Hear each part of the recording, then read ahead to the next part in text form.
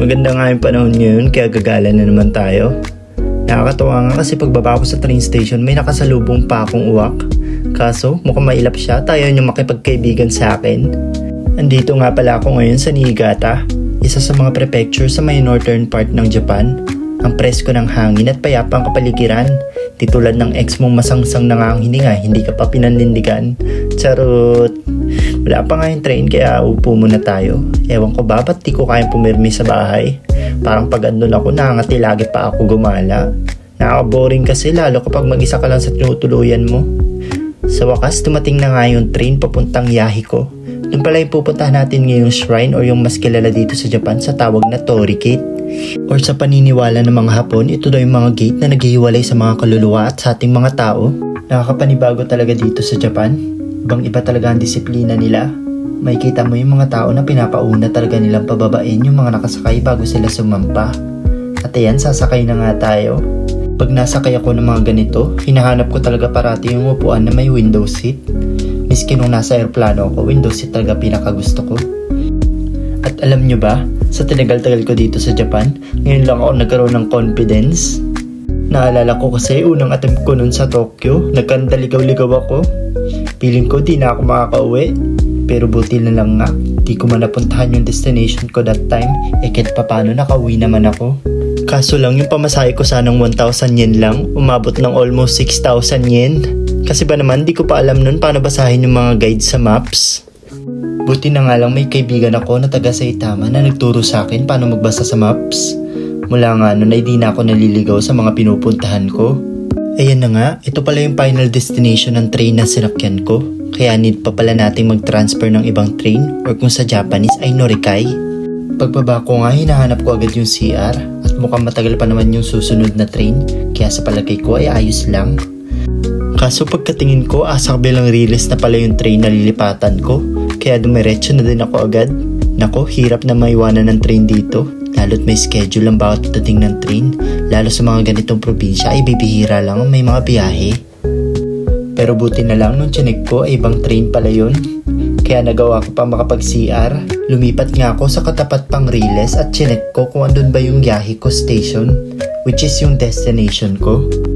At ayan nga, may nakasulat na to Yahiko sa unahan ng tren. Pero syempre para sure mas maganda na i-double check pa din yung mga markings at signs sa paligid.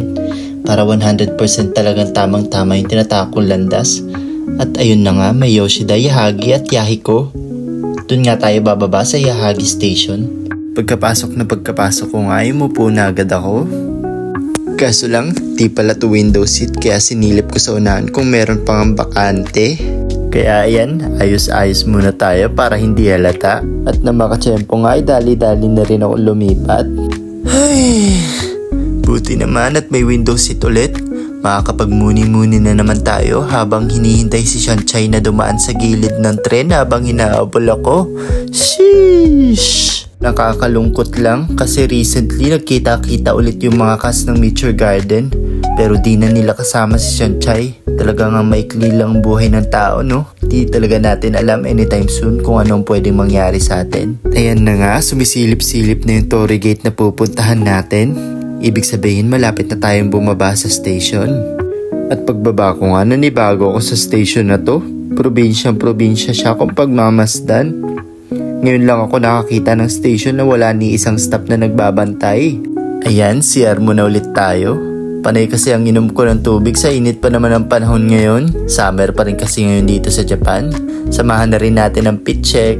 Oh, sino ka dyan? Paglabas ko nga ay wala na yung tren na sinakyan ko. Ako lang ata bumaba sa station sa mga oras na to. At yan, uumpisa na nating maglakad mga 1 kilometers per hours para mas mabilis. Charot! Sa mga ganito nagagala ako, mas gusto ko talaga na chill lang ako naglalakad. Para na-enjoy ko yung bawat dinadaanan ko. Ewan ko ba, parang ang photogenic kasi kahit sa paligid ka ng Japan tumingin.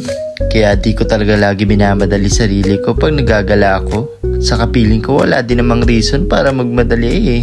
Sabi nga ng philosopher na si Confucius, it does not matter how slowly you go, as long as you do not stop. Kaya alam nyo ba, nung panahong nasa Pinas pa ako at nag-aaral ng Japanese, hindi ko masyadong parinesure yung sarili ko na matutunan agad lahat.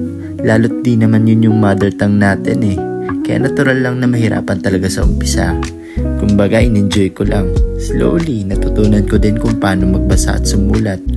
Until now nga, di pa rin ako makapaniwala na nakakausap ko na din ng di utal-utal yung mga Hapon. Although di pa rin may iwasan na may mga bagong words ako nadidinig. Abay, panigurado. Lista agad yan sa papel. O kaya naman ay notes ko sa phone para di agad malimutan. Ayan, malapit-lapit na nga tayo sa ating pupuntahan. O, sunkiss muna kay Haring Araw. Baka makiss pa ako ng iba. Sheesh! Kanina ko patanaw yung Torii Gate pero parang ang haba-haba na ng nalakad ko. Kala ko malapit lang siya kasi tanaw siya mula dun sa station na binabaan ko. Pero mas mukhang malapit na ako maging aso sa paglalya ng dila ko sa sobrang init. At finally, nakarating na din tayo. Kaso likod niya pala yan kaya tatawid tayo sa unahan na makapag-picture taking photoshoot pictorial na agad. O, tayo ka dyan anak, picturean kita. Ayan na nga ang yahi ko, Torii. Sabi nila, pag dumaan ka daw sa ilalim ng isang Torii Gate, ay mapapadpad ka daw sa isang holy space o kaya naman ay sa isang spiritual space. Kaya sagrado talaga ang simbolo nito para sa mga Hapon. At di mo dapat hahawakan ang kahit na anong bahagi ng katawan nito dahil iniiwasan na baka ito ay mapinsala ng iba. Nagsisilbi din kasi itong proteksyon laban sa malas at sa mga evil spirits. Alam nyo rin ba kung bakit kulay pula ang mga Torii Gates? Dahil naniniwala mga Hapon na ito ang kulay na makapagpapataboy sa mga bad energies na nasa palibot nito. May halong mercury ang pinturang ginamit dito kaya di basta-basta makakain ng insekto at masira ng mga masamang weather conditions. Matapos nga mag-picture taking at ma-enjoy ang magandang view ay uuwi na rin ako. Kailangan nga ulit nating tumuwid dun sa kabilang kalye, pabalik dun sa station na binabaan ko kanina. At ilang saglit pa nga lang na paglalakad ay nakarating na rin ako. Pero napansin ko parang mas maganda yung view ngayon compare sa pagbaba ko kanina. Ewan ko, baka malapit na rin kasi mag-sunset at di na ganun kainit kaya nanibago ako. Alam nyo ba? Muntik na akong di makapagbayad sa tren na sinakyan ko kanina papunta dito. Nalimutan ko palang iswipe yung card ko. Buti na lang kamo ay nakapasok ako dito at nakita ko yung machine. Pagkadating ko, di na ako nagatubili na iswipe yung card ko nang malis na agad yung pinamasahe ko kanina. Ika nga, honesty is the best policy. May nakakakita man o wala. Ayan nga at magwa-waiting game na naman tayo dahil isang oras pa hihintayin bago dumating yung train. Mag-isa nga lang ako dito sa station na to mula pa kanina. Kaya't ayan kung ano-ano na lang kinukuhanan ko. Nakita ko nga rin tong mapa ng mga train stations dito, which is di rin naman natin mababasa lahat dahil puro nakakanji. Dahil nga mahaba-haba pa yung oras na hinihintay ko, ay nagutom na nga ako. Buti na lang ay may baon akong tinapay na may palaman kung ano-ano.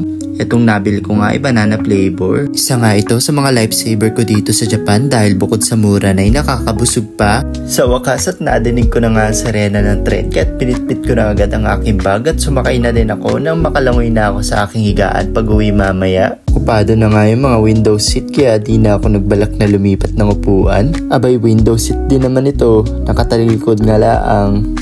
Rush hour na pero di pa rin sardinas ang tren. Kasarap nga naman bumiyahe kung ganito palagi masasakyan mo, no?